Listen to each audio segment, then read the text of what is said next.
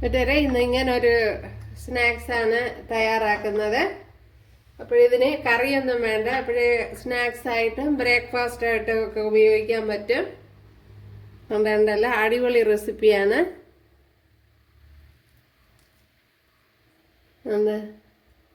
ഇത് കല്ലിൽ ചുട്ടെടുക്കുന്നതാണ്, അധികം ഓയിലൊന്നും പിടിക്കൂല.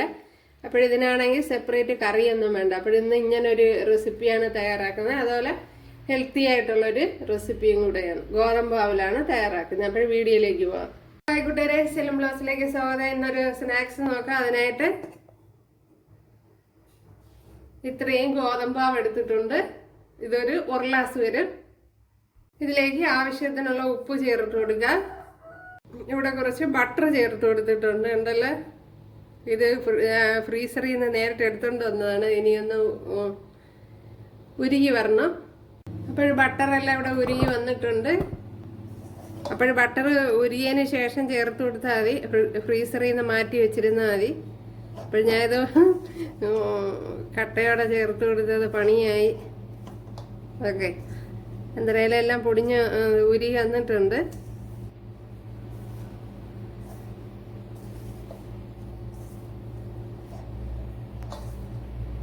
ബട്ടറോ നെയ്യോ ഓയിലോ എന്തെങ്കിലും ചേർത്ത് കൊടുത്താൽ മതി. ഇപ്പം എൻ്റെ കയ്യിൽ ബട്ടർ ഉണ്ടായിരുന്നതുകൊണ്ട്, അതേപോലെ എനിക്ക് ബട്ടറിൻ്റെ ടേസ്റ്റ് ഇഷ്ടമായതുകൊണ്ടാണ് ഞാൻ ചേർത്ത് കൊടുത്തത്.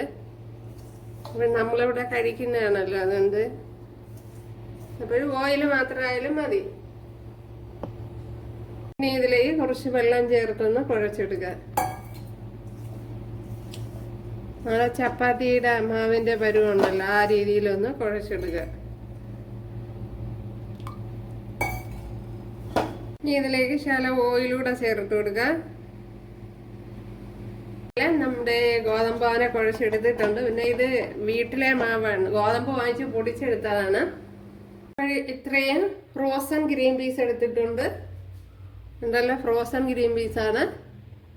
ഇതിലേക്ക് 3 അല്ലി വെളുത്തുള്ളി, ചെറിയ പീസ് ഇഞ്ചി, മിക്സിയുടെ ജാറ് വെച്ചെടുത്തിട്ടുണ്ട്. അതിലേക്ക് ചേർത്ത് കൊടുക്കുക.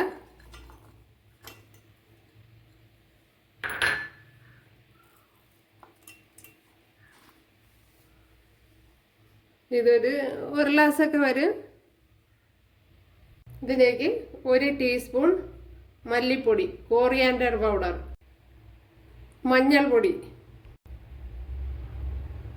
1 ടീസ്പൂൺ കാശ്മീരി മുളക് പൊടി, 1 ടീസ്പൂണാണ്,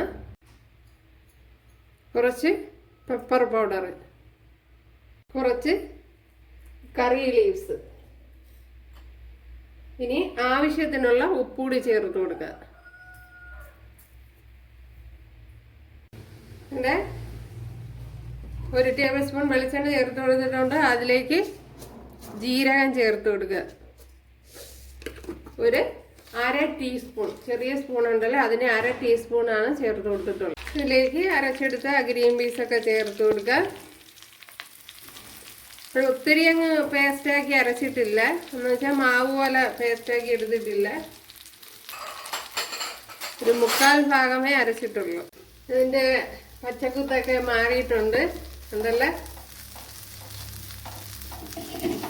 കുറച്ച് സമയം മറിച്ചും തിരിച്ച് ഇട്ട് വേവിച്ചെടുത്താൽ മതി. നല്ലപോലെ വെന്ത് വന്നോളൂ.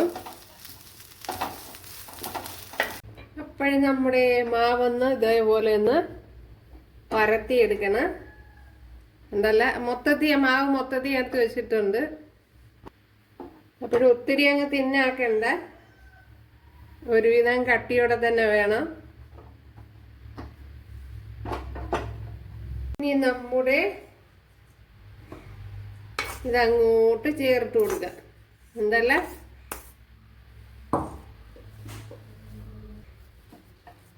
അതിൻ്റെ എൻഡിലോട്ട് പോകണ്ട, എൻഡ് നമുക്ക് കട്ട് ചെയ്ത് കളയാനുള്ളതാണ്. ബാക്കിയുള്ള എല്ലാ ഭാഗത്തും ഇതേപോലെ ആക്കി കൊടുക്കുക. കണ്ടല്ല, എല്ലായിടവും പരത്തി എടുത്തിട്ടുണ്ട്.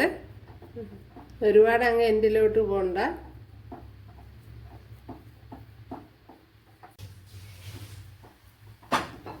ഇതുപോലെ ഒന്ന് അമർത്തി ഒന്ന് പിടിപ്പിച്ചു കൊടുക്കും. അതിന് ശേഷം ഇവിടെ നിന്ന് ഇങ്ങനെ എടുത്ത് ഇതങ്ങ് അകത്തോട്ടാക്കി ഇങ്ങനെ പതുക്കെ ഉരുട്ടിയെടുക്കണം. ഉണ്ടല്ലേ,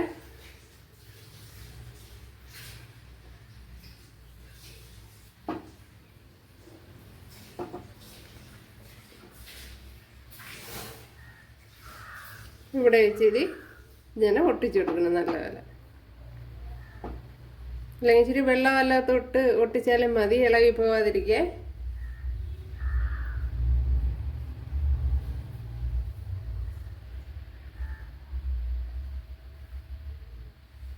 നല്ല പോലെ ഒന്ന് ഇങ്ങനെ ഉരുട്ടി ഒന്ന് സീൽ ചെയ്ത് കൊടുക്കണം. ഉണ്ടല്ലേ,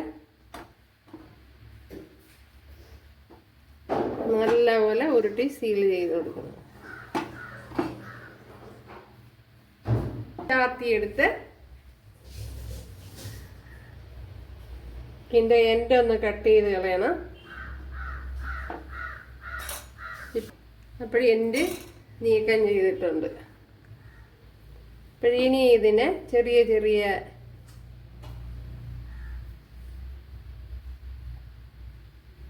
ലെയറാക്കി കട്ട് ചെയ്തെടുക്കണം.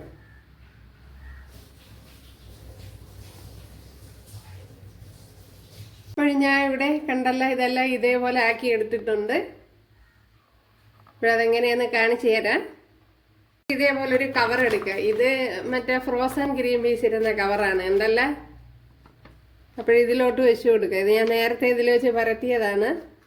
ഇതിലോട്ട് വെച്ച് കൊടുക്കുക ഇങ്ങനെ. ഉണ്ടല്ലേ, എന്നിട്ട് കൈ വെച്ച് ഇങ്ങനെ ഒന്ന് പ്രസ് ചെയ്ത് കൊടുക്കുക. അപ്പോഴും ഒരുപാട് അങ്ങ് ചപ്പിച്ച് കളയണ്ട.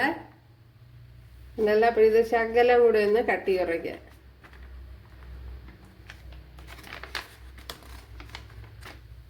ഉണ്ട്. ഇനി എല്ലാം ഇതേപോലെ തന്നെ ചെയ്തെടുക്കുക. ഇതേപോലെ കവറിനകത്ത് വയ്ക്കുന്നു. ഏത് കവറായാലും മതി, ബ്രെഡിൻ്റെ കവറുണ്ടെങ്കിൽ അത് മതി. ഇതല്ല, അല്ലെങ്കിൽ നമ്മളെ കയ്യിൻ്റെ വെള്ളം വെച്ച് ഇങ്ങനെ ഒന്ന് പ്രസ് ചെയ്ത് കൊടുത്താൽ മതി. ഓക്കെ, കണ്ടല്ലേ, എല്ലാം ഇവിടെ ഇതേപോലെ റെഡിയാക്കി എടുത്തിട്ടുണ്ട്. ഇവിടെ കുറച്ച് ഓയിൽ ചേർത്ത് കൊടുത്തിട്ടുണ്ട്. ഇതിലേക്ക് ഇറക്കി വെച്ച് കൊടുക്കുക.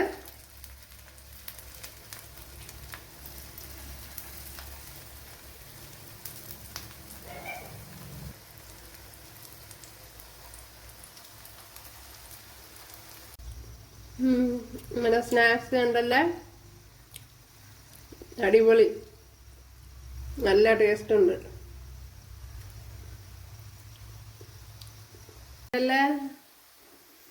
അപ്പോഴേ കണ്ടല്ല, നമ്മുടെ സ്നാക്സ് ഇവിടെ റെഡി ആയിട്ടുണ്ട്. കണ്ടല്ലോ കൂട്ടുകാരെ, അടിപൊളി റെസിപ്പിയാണ്.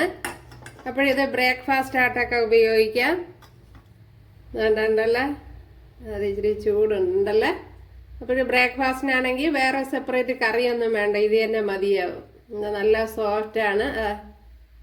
ഇനി നെയ്യൊക്കെ കൂടെ ചേർത്ത് കൊടുത്താൽ കുറേ കൂടി നന്നായിരിക്കും. അപ്പോൾ കൂട്ടുകാരെല്ലാവരും ചെയ്ത് നോക്കുക.